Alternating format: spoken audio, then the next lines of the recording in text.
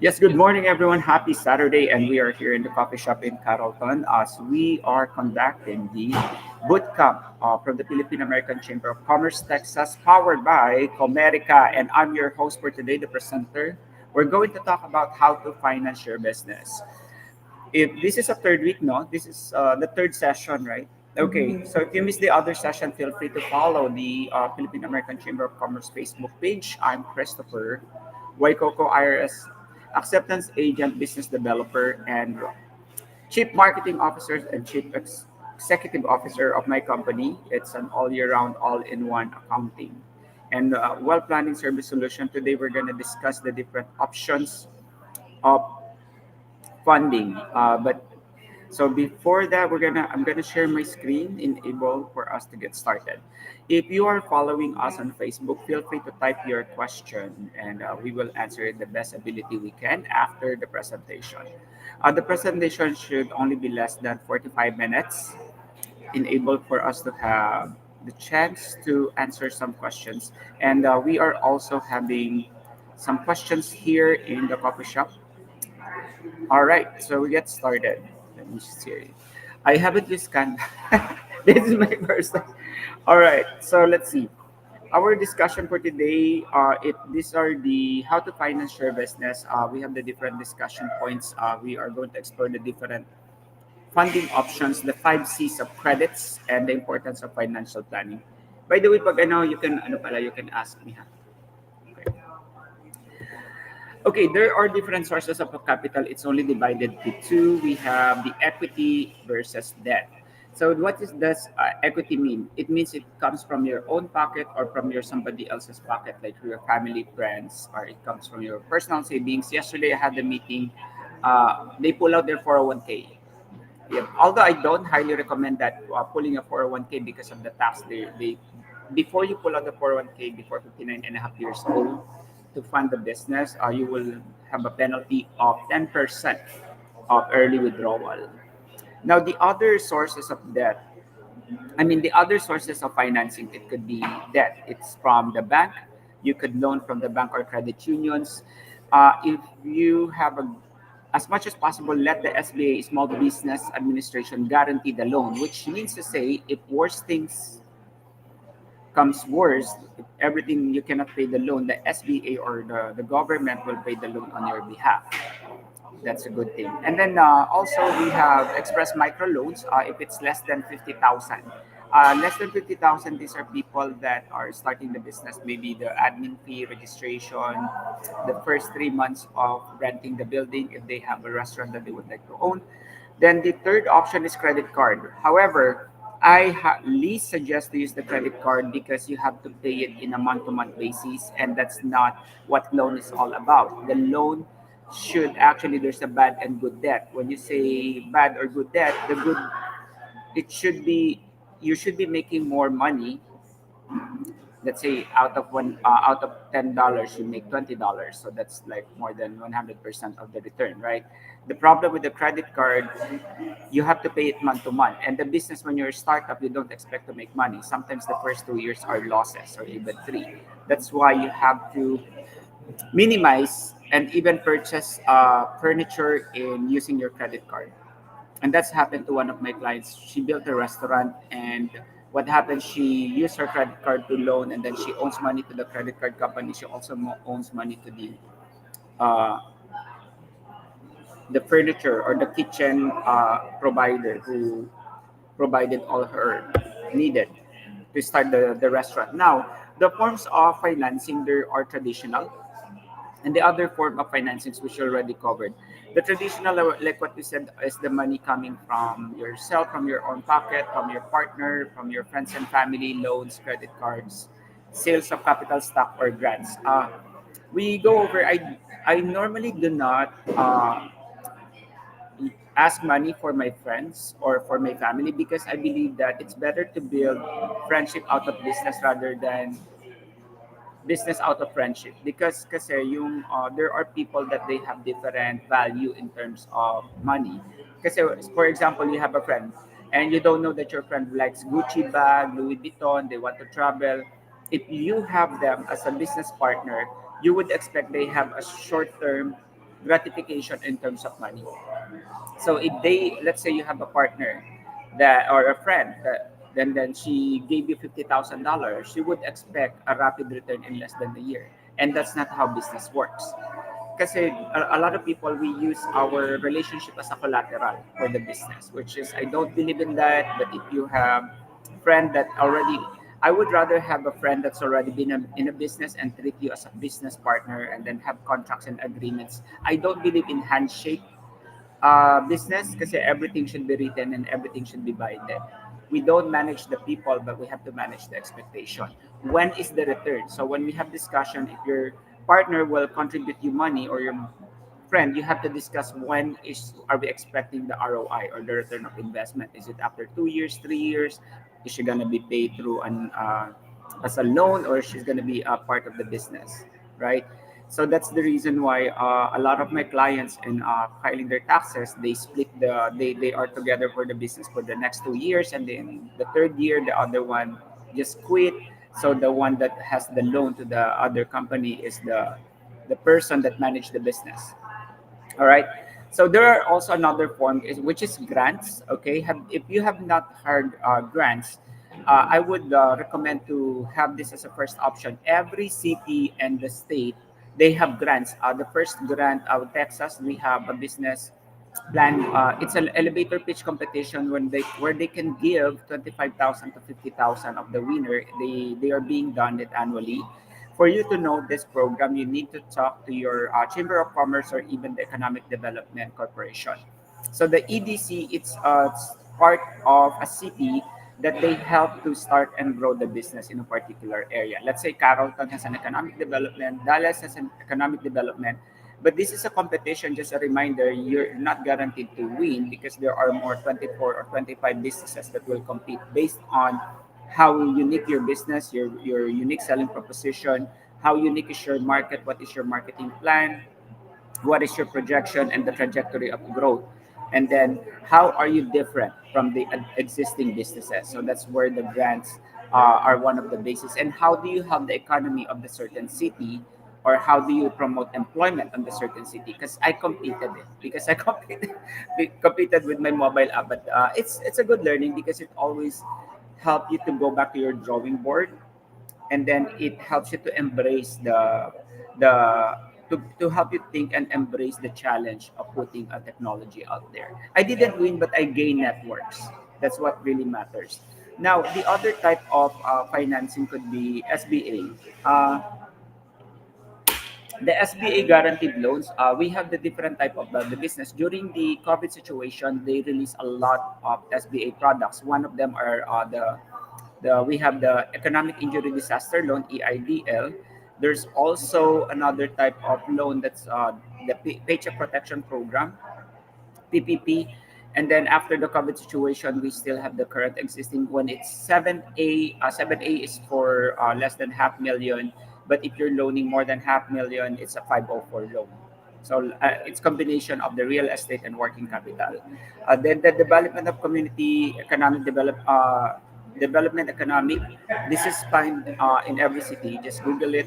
We also have angel investor and venture capitalists and crowdfunding. The angel investors, these are people that they have nothing to do with their money. You can usually Google them. Texas Investment Network, there's a website called Texas Investment Network where you can put your, it's like a Facebook where you can put your pitch deck, your like one page pitch deck, and then the angel investor can shoot you a message on your inbox if they're interested to hear more about what you offer and what you can bring, how you grow their money. We also have venture capitalists.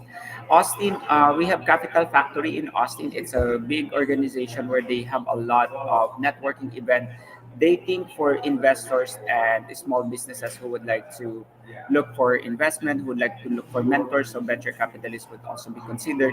Then the most popular right now online is crowdfunding. It's like a GoFundMe, but the GoFundMe is more nonprofit. Crowdfunding is more like people are chipping in their money to start your business. And it all boils down again to your business plan.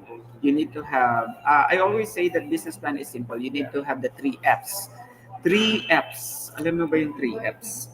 There should be the facts, You need to present, when we say facts, it's more like the market, what is your market industry, and then you need to show the second F, which is the figure. What is your projections? What will be your, what is the use of the money for the first 1 2 years, and how would you see the return of the investment? So that's the first one is facts, second is the figures, and the number three is the feelings.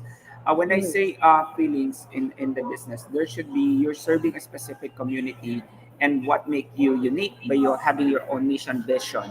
If your mission and vision could be something that you create that peace of mind, so clients of that you're targeting will have a worry free. You promote that kind of hassle free and convenience, and economical at the same time. So it could be different options, like you have a some subscription or you have a promo. All of those things come into play when they're looking on the business plan. Then we're gonna go over the whenever you loan money to the bank or to anybody, they're looking for the 6 C's of credits. We have the number one, character; number two, capacity; number three, capital. We also have collateral; number five, conditions; and then six, cash flow. So let's go over one by one. So the first one is character. That's the reason why how who are you? Do you have any pending debt to the IRS? Do you have any child support issue, or do you even have like some crime that have you been convicted with felony? So that's why the bank is looking with the integrity, then quality of preferences. The number two is the capacity. How are you able to repay the amount? How soon can you generate positive cash flow? Usually, after 2 years, dapat the ideal. That's when you will show the profit. And the bank and other investors understand that. Even the Amazon, they were like almost negative for the next 5 years. That's the reason why projections, and you need to have an accounting company like us and able to show that sustainability of the profit. First 2 years are good. However, when you become negative on the next 5 years, remember that the IRS might come into play. And this is a client of ours. May tinatawag tayong hobby loss rule. They will determine if you've been declaring 5 years in the business of losses. They will check whether your business is a hobby, because if the business is meant to make profit and to pay your bills, not to really always become losses. And if the IRS finds out, they will not allow you any deduction, and they will collect any unauthorized business expenses you declare for the past years. Yeah. Mhm. We just had an audit. This is some digital marketing company. Now, number three, capital, the money you have personally invested. This is not like 100% funding. They always want you to have the skin on the game. Usually, they will require 5 to 10% down payment of the total loan. If you're loaning at least, let's say 100,000, they will ask for a 10% down as your equity. The number four, collateral, a secondary resource of repayment. For there is a tangible and intangible collateral. Tangible assets could be your the other building that you own, a rental property. I know here in Texas that you cannot use your primary home and your first car as a collateral. That's exempt. There are non-tangible assets such as stocks that you have, investments, and also life insurance is also a good form of collateral. Then we also have conditions. The terms of the loan, is it going to be a 24-month payment plan? Is it going to be a 25-year loan? Is it going to be a revolving credit, a line of credit? So all those factors take in consideration. And number six is the cash flow, where the money to repay the debt will come, how the loan proceeds will be used. So that's why you need to have at least 2 years of projection if you're starting. And that's where they're going to look at. They're going to look at, and from the advertising marketing, are you going to have manpower? You're going to do the rent, professional services that you're going to hire lawyers, accountants, and are you going to have contractors and employees? So, how to finance your business? You need to establish the following. You need to establish first. This is going back again. What are the steps? You need to establish your goals, calculate your net worth. This is something that's very common to a lot of businesses. They don't have their PFS. When we call PFS, they don't have their personal financial statement. Before you cannot give what you don't have. If you don't manage your personal budget month to month, and if you're still living paycheck to paycheck, it's going to be hard to start a business because you cannot mix your business expense and personal expenses. So for me, you need to have a PFS for the meantime. What is your month-to-month expenses and income to your full-time job? How much are the money that you pay for the tuition, for your mortgage of your house, or the rent, or even the mortgage of the car? Then that's why you always analyze your cash flow. Do you have something that have an emergency fund that you're saving? So out of your personal expenses, do you still have money left? Right? Then create a budget. That's why I said you need to have a emergency fund, which is the 3 to 6 months of your monthly expenses. So if your family is spending 5,000 per month times 6 months, you need to have at least 30,000 in the bank, because that money is only used for emergency. It doesn't mean that you're gonna use it for business. I don't recommend that. Sometimes you could. Uh, that emergency should only be used for your family's needs. It could be medical, or it could be school, or sometimes we have extended family. That's the only use of the emergency fund, not for the business. Then I said review your plan regularly. If you could, the plan regularly should be done every quarterly, forecasting your sales costs, profits, and assets. The Small Business Development Center, if you have not heard about them, they can help you regarding what in an every year what is the condition of the industry. Like for us in an accounting, they give us through IBIS World the performance of the industry of this company, the accounting in terms of what is the market size, what is the trajectory. Are they evolving? Are they becoming more virtual? Are more and more companies outsourced to other countries? So those reports are very important, because you remember, it's not just an internal factor you consider. We also have competitors, which is the external people that are innovating right now. Before, we only have taxi, but when Uber kicks in, taxi is gone, right? That's why they said the only thing that is constant in life is change. Always look every year, not just your finances, but also the trend on your industry. Why do you need a financial planning? They said you cannot hit the target that you don't see. And also, if anything that can be measured can be improved. The following financial planning is important because it's going to tell you how much is your asset. This is in the form of your profit and loss reports, your balance sheet, your cash flow. Those are the three major reports that you need to review, because that will tell you how much budget you need in terms of your personal. Is it about time to put yourself on payroll rather than withdrawing money every month?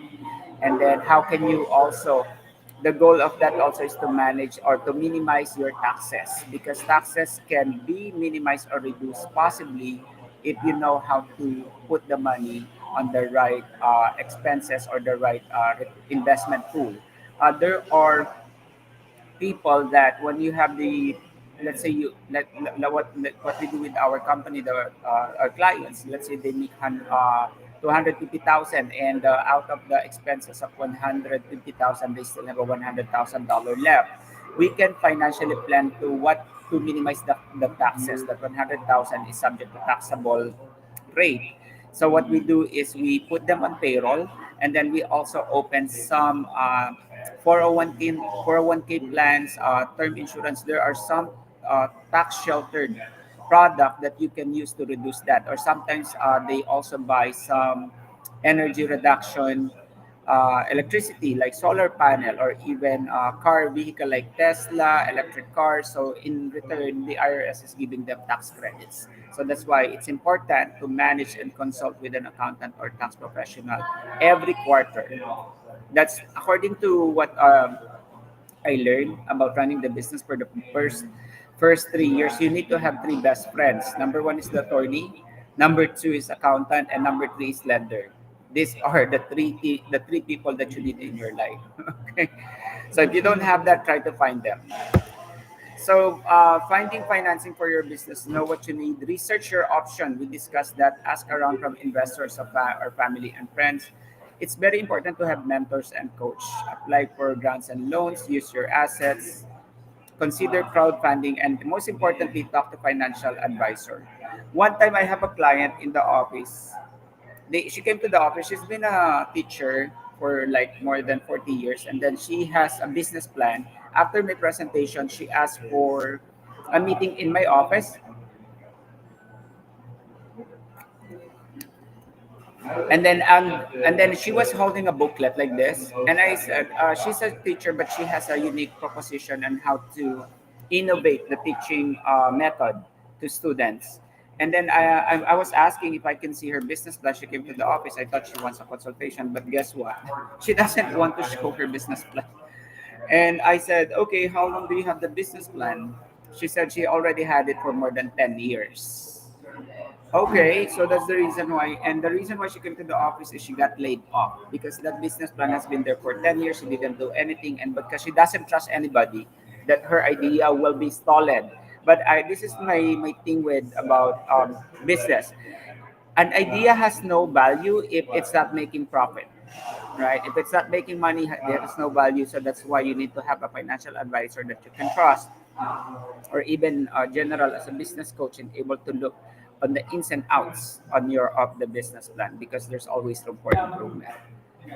It So you could start. It depends on a lot of people says that they don't want to own money, but I always say that there's a bad and good debt. If you have not heard the bad and good debt, please follow Robert Kiyosaki on Rich Dad Poor Dad.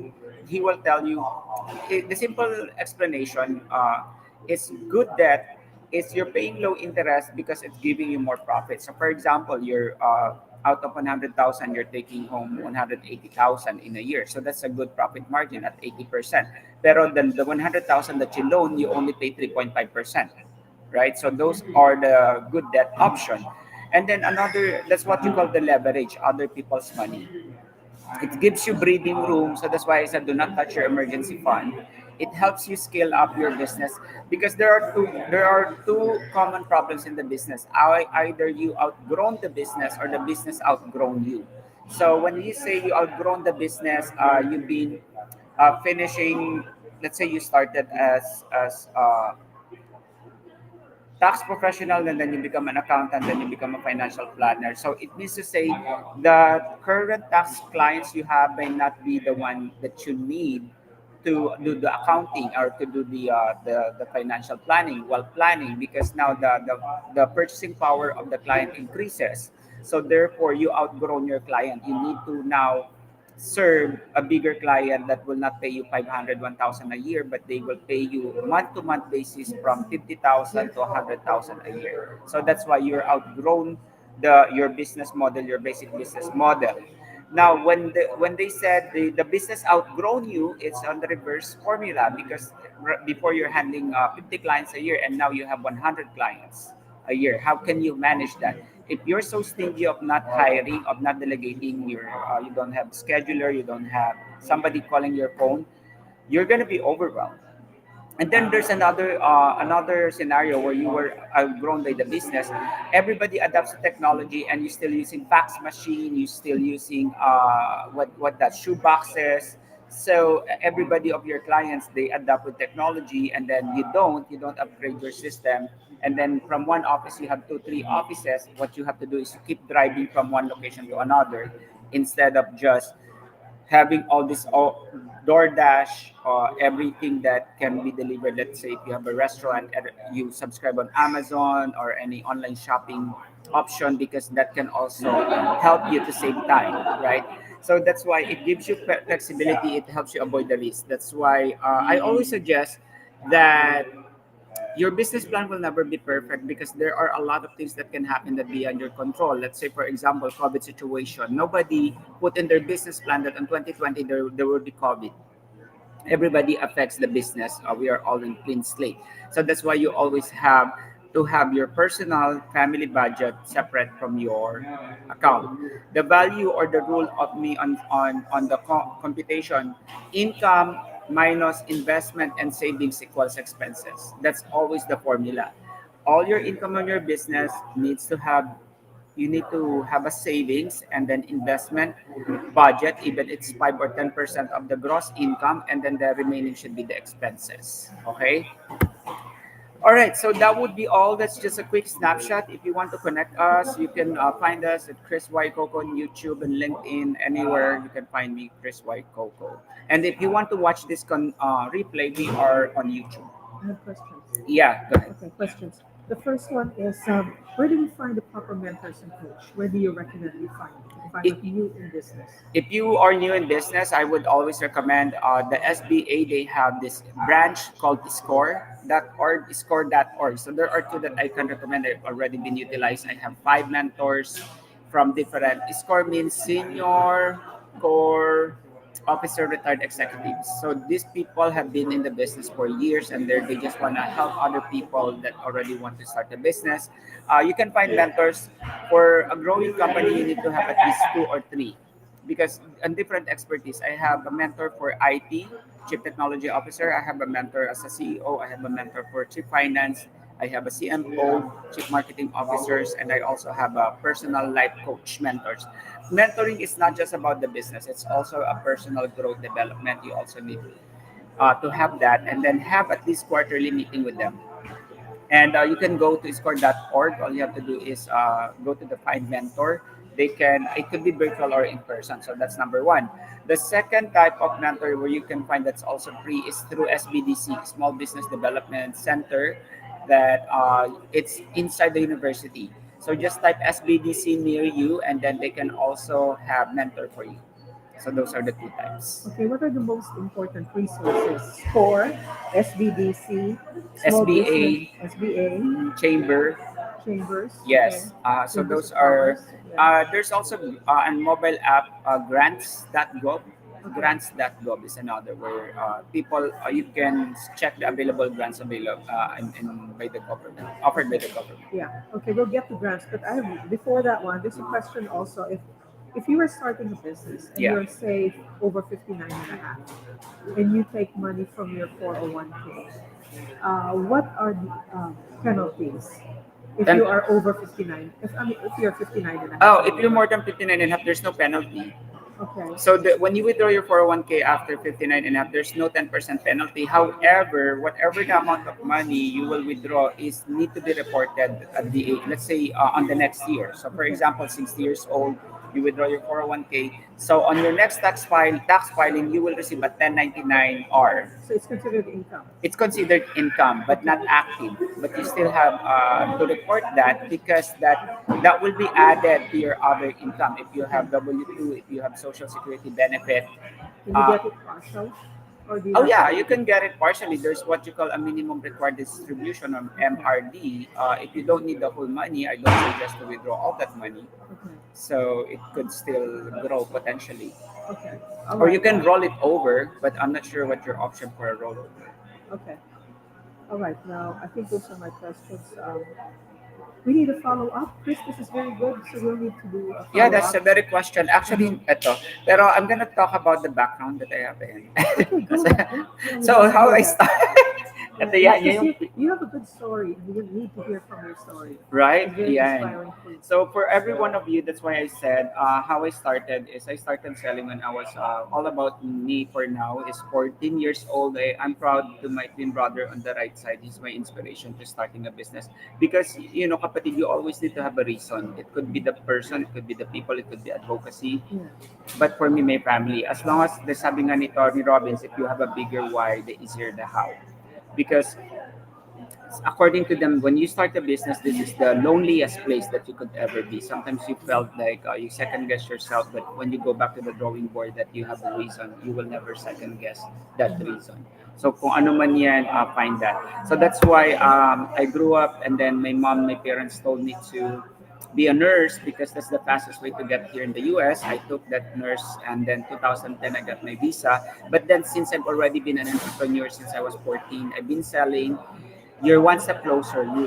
There's one accountant in that party that trusted me to put an accounting company. So from 2011 to 2014, we entered in a partnership.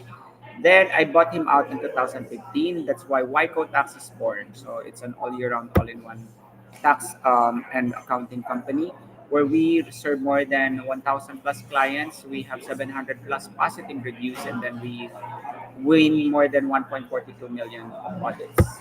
Yan. So ngayon, what we do, check our credibility. We won Business Person of the Year by Texas and also in California. Then we have a group of people that accountants and financial planners on our team. Why WICO Tax? Because we are worry-free, year-round, competitive, and on-time accounting and financial planning service or wealth planning service solution. Because also the benefits of outsourcing, a lot of people do the outsourcing now, di ba? Because we provide you peace of mind, save headaches, save time, and save money. And most of all, number five, what we cover today is faster access to grants and loans. Ayan. Kaya yan, kapatid, we also have one-time offer. We're bundling the bookkeeping and tax 2023. We will include the 3-year audit assistance, and then we can also develop a 30-minute quarterly 10,000 tax savings plan for 2024. And then they have a virtual accountant. Ayan, kasi ganito yung gagawin natin. And I developed this pizza pie. Ayan, can you see that? So we review the entity, the 6 slices of our service, record keeping, business expense. We explore the credits and the shelter plan, then lastly filing. Ayan, thank you so much. Ayan na, winner. So stop sharing. Let me see. Ayan guys, everyone, let's see kung may mga questions. Kung wala naman, thank you so much. We have a replay on our YouTube. I think also in the Philippine American Chamber. Yeah. Now, Thank if they have any questions, if they can, I don't know if they can hear me, but if they have any questions, you can just send the questions to the Philippine American Chamber of Commerce and we will forward it to us. Exactly, definitely. Because guys, we are in this together. We have to push and pull each other to success. Again, thank you for watching and listening. This is Chris Waikoko. And because just like you, your tax needs a break.